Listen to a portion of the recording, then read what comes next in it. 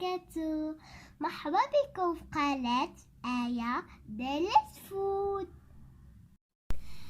اليوم جبت لكم واحد طريقة سهلة بزاف باش تصيبوا لاموس أو فخاز، أو بلا ما تشريوها في لاباتيسري حيت كتباع غالية بزاف. الطريقة اللي غادي نعطيكم سهلة أو بقدر زيد بسيطة. أو قبل ما نبداو كنطلب منكم دعموا القناة ديالنا، وذلك بالضغط على زر الاشتراك وتفعيل زر لكي يصلكم منا كل جديد إن شاء الله. نبدأ على بركة الله. هنبداو بلازانواز هي الأولى، والمقادير ديالها هي كالتالي. عندنا 2 بيضات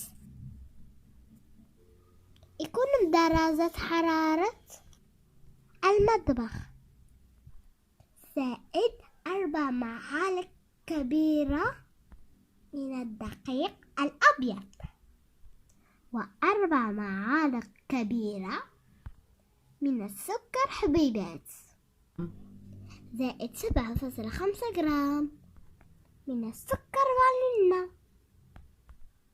أو فاني، و8 جرام من خميرة الحلويات.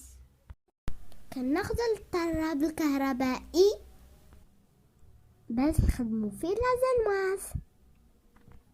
أولا كنضيفو 2 بيضات زائد سكر حبيبات زائد سكر فاني، كنضربوه بالخلاط مزيان حتى كيتضاعف الحجم ديالو، كيصبح اللون ديالو ابيض بحال هكا كيفما كتشوفوا.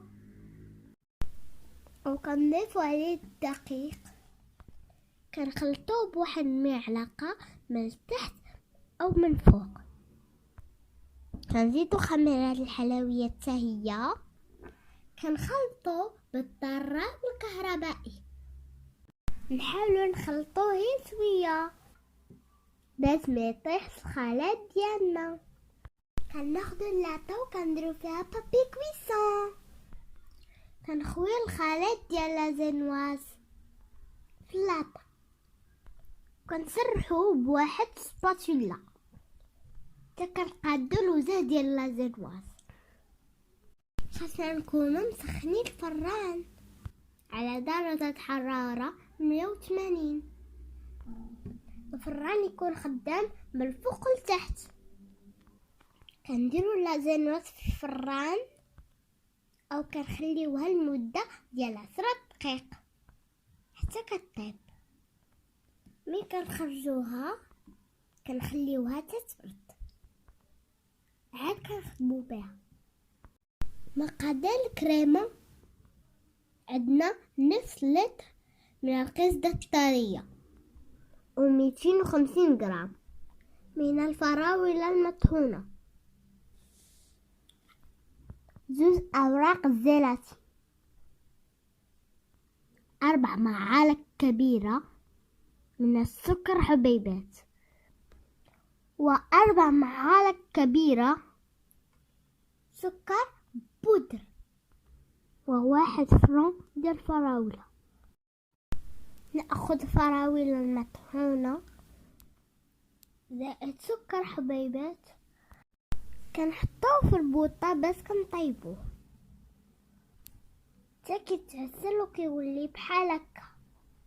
عاد كنطفيو عليه او كنخليوه حتى كيبرد عاد كنخدمو بيه.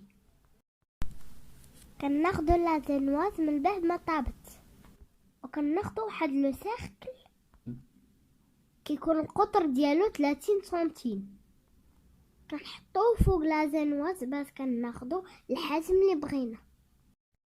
ومن بعد كنسقيو لازانواز بالسيرو نحاولو نسقيوها مزيان كاملة باش كتجي رطبة.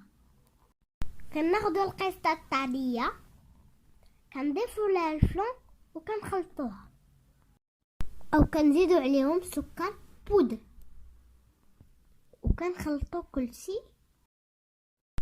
كنطربو القشطة الطرية بالطراب الكهربائي حتى كتضعف الحجم ديالها.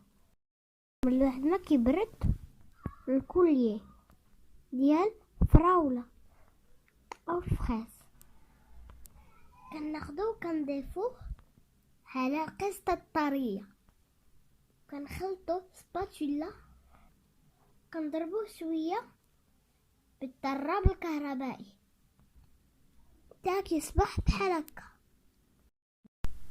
كناخدو اناء فيه ما بارد كنوضعو فيه زيلاتين حتى كيطلق. من بعد ما كيطلق كناخدوه او كندوبوه. من كيدوب الزيلاتين كيولي بحال هكا، او كنخلطوه مع القشطة الطرية او كنحركو مزيان الزيلاتين والقشطة الطرية. من بعد ما كنخلطو الخليط ديالنا مزيان كناخدوه او كنخويوه فوق لازانواس. كنقادو لوزه ديال الكاطا مزيان بحال هكا كما كتشوفوا. كناخدو الكاطا وكنحطوه في المزميد لمدة 3 ساعات. من بعد ما خرجناه من المزميد كنحيدو الساقي، كناخدو واحد السكين كنمشيو مع الزناب ديال الساقي حتى كندورو معاه كامل باش نحيدو الساقي بحال هكا كيف ما كتشوفوا. ها هي لاموز واسطة. دابا غادي ندوزو المقادير. التزيين 200 غرام ديال الشوكولا الابيض، ربع كاس من الحليب ملون غذائي، وجوز اوراق من الزيلاتين.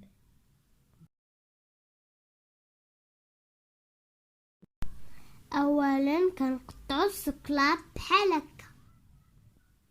من بعد ما كنكملو الشوكولاط ديالنا كامل كناخدو كاسرونه صغيره كنضعو فيها ربع كاس من الحليب، كنضعوها فوق النار حتى كيغلي الحليب بحال هكا كيف ما كتشوفوا. كنوضعو الشوكولاط على الحليب مغلى ونحركوه حتى كيبدا يذوب. كناخدو الشوكولا وكنديروه في حمام مريم او كنبقاو نحركو فيه مزيان حتى كيذوب كامل بحال هكا كيف ما كتشوفوا. كناخدو اناء فيه ما بارد كنوضعو فيه زيلاتين حتى كيطلق. من بعد ما كيطلق كناخدوه او كندوبوه. الزيلاتين ها هو دوبناه، كنخويو فوق الشوكولا او كنحركو. من بعد كناخدو الشوكولا او كنقسموه على زوج، نصف كيبقى ابيض والنصف اخر كنديرو فيه ملون غذائي في اللون احمر، او كنبقاو نخلطو فيه مع الشوكولا حتى كيولي اللون ديالو في اللون فريز بحال هكا كيف ما كتشوفوا. كنخرجوا الكاطو ديالنا من الثلاجه كناخدو الشوكولا الابيض او الشوكولا اللي فيه ملون غذائي، كنخويوهم جوج فوق الكاطو في دقة وحدة، حتى كنغطيو الوجه ديال لاموس كامل حتى كيولي عندنا واحد الوجه ديال الرخامة زوين. هانتوما شوفوا كيف زاد زوينة. انا دائما كنطلب ماما تصيبها ليا، نتوما صيبوها لوليداتكم، راها زوينه بزاف، غادي تعجبهم. اجيو نتوما درتو لازم ولا كومونط ديالكم هذاكم ما تنساوش. وقبل ما نسالي الفيديو كنطلب منكم دعموا القناة ديالنا، وذلك بالضغط على زر الاشتراك وتفعيل الجرس باش توصلوا كل جديد ديالنا ان شاء الله. يلا سهية طيبة لكم، دمتم بخير والى اللقاء مع سهوة جديدة ان شاء الله.